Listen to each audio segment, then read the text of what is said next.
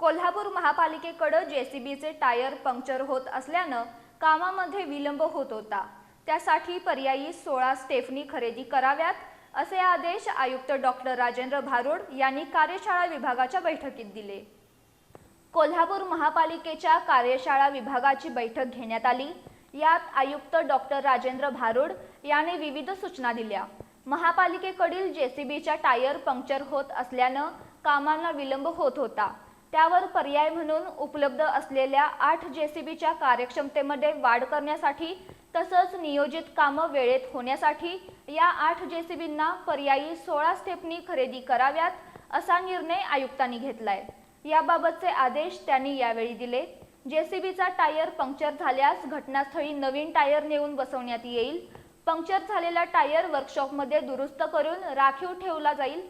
या निर्णयामुळे कर्मचाऱ्यांचा वेळ आणि श्रम वाचणार असल्याचं त्यांनी सांगितलं। यावेळी अतिरिक्त आयुक्त रविकांत आडसूळ यांच्यासह अधिकारी आणि कर्मचारी उपस्थित होते।